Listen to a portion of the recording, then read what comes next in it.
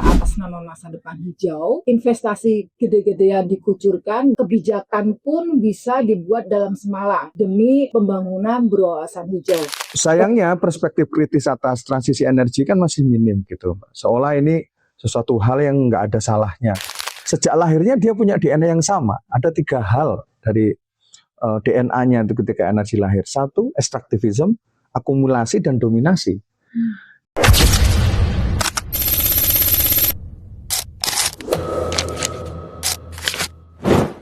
Menarik sekali, Mas. Pertanyaan selanjutnya adalah bagaimana memastikan keadilan sosial ekologis ini bisa benar-benar menyentuh di tataran masyarakat sampai lapisan paling bawah. Iya, Mbak. Memang tidak cukup ada perubahan paradigmatik tadi ya. Cara melihat alam atau relasi manusia dengan alam harus diubah dulu. Itu syarat dasar. Syarat dasar kedua agar proyek-proyek pembangunan termasuk transisi energi bisa berimplikasi terhadap keadilan sosial dan ekologis tadi, itu juga harus masuk pada bagaimana memastikan satu governance, tata kelola yang memiliki satu etika di dalam pembangunan itu. Biasanya ada 4 prinsip bagaimana hal itu bisa diwujudkan sesuai dengan tujuan keadilan tadi, yaitu pembangunan itu harus punya keadilan distributif, yakni di mana ada alokasi sumber daya yang memastikan bahwa siapa yang membayar, siapa yang untung, atau siapa yang memiliki kekayaan alamnya, siapa yang harus diberi manfaat pertama. Nah, di sini keadilan distributif itu memastikan rakyat yang ada sekitar itu yang diutamakan. Yang kedua, prinsip keadilan yang terkait dengan prosedural, di mana proses pengambilan keputusan itu harus melibatkan masyarakat lokal, masyarakat adat perempuan dan laki-laki di wilayah proyek itu. Nah, ini syarat penting ini. Kalau tidak ada pelibatan itu ya wajar kalau rakyat gak pernah tahu menahu soal itu. Mereka jadi penonton saja. Yang ketiga adalah syarat soal pengakuan atau penghormatan martabat. Nah, ini apakah hak masyarakat adat, masyarakat lokal tadi juga diakuin? Ya kalau tanpa diakuin, maka tanahnya dianggap tanah kosong. Yang boleh diambil, boleh alamnya boleh diambil atas nama nanti klaimnya hutan negara dan lain-lain. Ya kalau nggak ada pengakuan dan penghormatan martabat manusia ini, ya mereka disingkirkan saja. Lalu yang terakhir, yang keempat adalah soal keadilan yang sifatnya restoratif. Perbaikan atas kerusakan. Ini juga satu prinsip bagaimana cara memulihkan dampak lingkungan di masa lalu. Atau ini biasanya kalau dikaitkan dengan prinsip di hak asasi manusia itu, Mbak, sebagai keadilan antar generasi, intergenerational justice.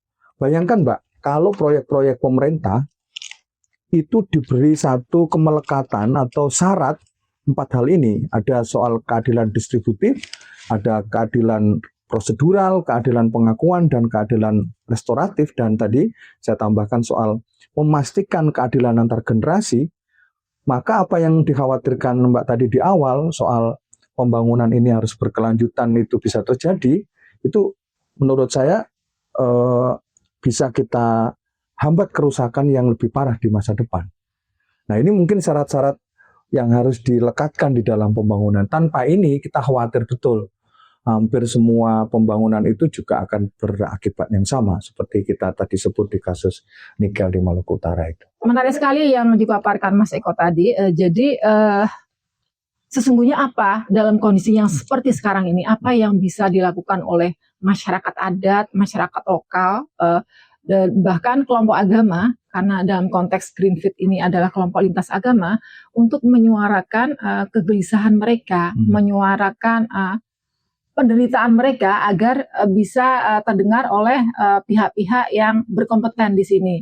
Alih-alih bisa didengarkan juga dan ada perubahan signifikan terhadap perlakuan alam di lingkungannya. Ya. Monggo, Mas.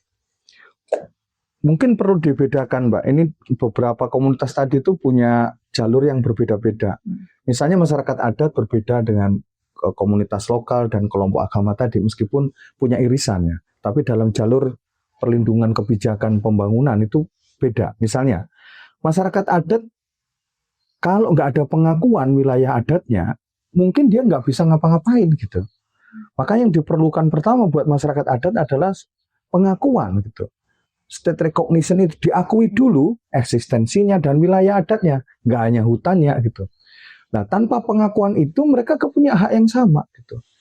Maka dia dianggap sebagai warga negara yang kedua. Padahal, Mbak, justru masyarakat adat kan lebih dulu ada sebelum Indonesia. Indonesia kan baru proklamasi kan 17 Agustus 45 gitu. Mereka lebih dulu ada sebelum Indonesia ada. Jadi jangan dibalik-balik gitu. Kan sekarang ceritanya beda. Masyarakat adat kayak meminta belas kasihan negara untuk diakuin. Harusnya otomatis mereka ini yang didahulukan. Karena mereka inilah yang menjadi bagian dari yang kita sebut Nusantara. Maka pengakuan itu penting, legalitas ini penting. Kalau nggak dianggap wilayah nggak ada pemiliknya. Maka boleh diapa-apain, dikasih ke siapa saja gitu. Nah, tanpa pengakuan ini sulit mereka bersuara. Nah, bagaimana dengan komunitas lokal dan lain-lain tadi? Nah, ini ada jalur tentu saja bukan pengakuan, tapi pelibatan. Masyarakat juga harus libatin. Tadi saya bilang, sudah ada banyak aturan terhadap semua kategori kebijakan pembangunan itu, ada yang disebut dengan FPIC, Free Prior Informed Consent, kewajiban untuk melibatkan masyarakat. Dari sisi HAM, sekarang banyak banget Mbak, produksi dari Komnas HAM ini menarik, ada standar norma dan pengaturan HAM tentang tanah dan sumber daya alam. Saya kebetulan ikut menyusunnya. Sekarang ada juga SNP tentang hak masyarakat adat dan seterusnya yang bisa dirujuk oleh negara dan pihak ketiga dalam hal ini korporasi untuk memenuhi syarat-syarat hak asasi manusia itu. Nah, termasuk masyarakat dan komunitas lokal tadi itu. Pelibatan itu menurut saya hak pertama. Karena dampak dari pembangunan itu akan berimplikasi ke semua orang. Kalau tidak ada representasi dan pelibatan mereka, ya mereka nggak akan tahu itu. Nah, yang terakhir soal kelompok agama ini menarik, Mbak. Tentu saja masyarakat adat dan komunitas lokal itu punya kadang-kadang punya agama lokal dan lain-lain itu yang relasinya dengan ini yang kelompok agama lokal ya, yang relasi dengan alamnya itu menjadi sangat subtil gitu, sulit dipisah. Agama mereka itu karena masih tergantung dengan alam, maka ya akan sangat tergantung pada apakah alam itu rusak atau tidak. Ya kalau rusak alamnya, gunungnya, sungainya, lautnya, maka rusak juga keyakinan dan kepercayaan mereka, hilang gitu. Simbol-simbol sakral mereka juga hilang. Nah ini artinya perlindungan terhadap alam mereka itu menentukan pada perlindungan terhadap spiritualitas dan keyakinan mereka. Nah bagaimana dengan yang kelompok agamawan yang dengan agama besar ini? Nah ini juga nggak kalah penting nih Mbak. Kelompok-kelompok ini seringkali berwajah ganda sebenarnya harus kita akuin. Dalam kasus penelitian kami di Maluku Utara ada juga, kita sebut saja oknum, berjubah agama, tetapi mereka justru menjadi legitimator bagi kepentingan perusahaan alam. Padahal kita tahu ajaran agama tidak mengajarkan itu, justru untuk melindungi.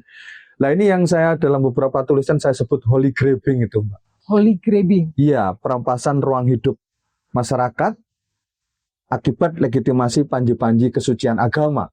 Tidak hanya Islam, Kristen dan terutama Kristen dan Islam dalam kajian saya justru menjadi kaki tangannya perusahaan tambang nikel untuk memuluskan perampasan tanah dan menegosiasikan, banyak perannya, ada negosiator, ada menjadi legitimator, bahkan ada yang bagian ukur tanah menegosiasi agar umat atau rakyatnya yang ada di sana, ada yang Kristen, ada yang Islam, itu menyerahkan tanahnya dengan harga murah. Nah ini yang saya sebut sebagai holy grabbing. Ini satu wajahnya. Tapi wajah yang lain, yang menarik di Maluku Utara itu, waktu kami diskusi lintas agama, mereka malah berinisiatif untuk melawan ketidakadilan itu secara bersama-sama.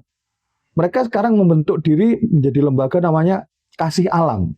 Di sini ada Kristen, Islam, macam-macam, ada NU, Muhammadiyah, dan lain-lain. Mereka berhimpun diri, interfight gitu, memiliki misi untuk melawan ketidakadilan ekologis itu. Di mana, Mas? Di Maluku Utara, kantornya di Sovivi. Beberapa bulan lalu mereka launching, menyatakan diri untuk sebagai interfaith yang mau menegakkan keadilan ekologis bersama-sama lintas agama. Nah artinya tadi saya bilang ada wajah ganda agama itu, Mbak. Satu sisi mereka kadang-kadang justru ikut bagian dari perusahaan lingkungan, sisi lain mereka juga ada yang menegakkan keadilan ekologis itu. Nah, dengan begitu, maka peran mereka ditentukan oleh pilihan itu, Mbak.